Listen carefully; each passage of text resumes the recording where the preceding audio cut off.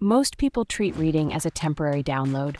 They finish a book, feel enlightened, and then lose 90% of the information within a week.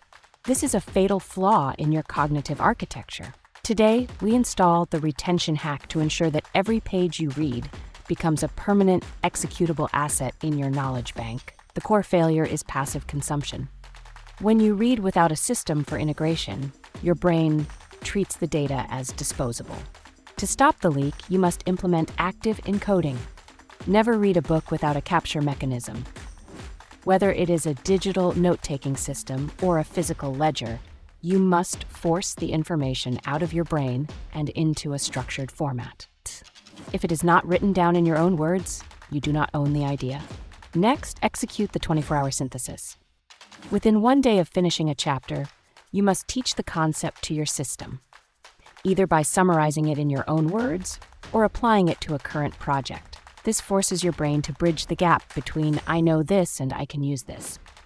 This is the difference between a collector of trivia and a master of high-leverage execution.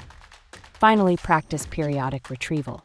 Your memory is a muscle that atrophies without stimulation. Schedule a system review every 30 days to revisit your captured notes. By forcing your brain to recall and reapply these protocols, you move information from short-term buffer to permanent cognitive hard drive. Stop being a temporary vessel for information. Start being a permanent architect of your own intelligence. When you optimize for retention, you build a foundation of knowledge that compounds, giving you a massive advantage in every operation you undertake. If you want to move from accidental consumption to architected growth, subscribe and join the 1% who engineer their time. Lead with value, not busy work. This is your protocol for total cognitive control.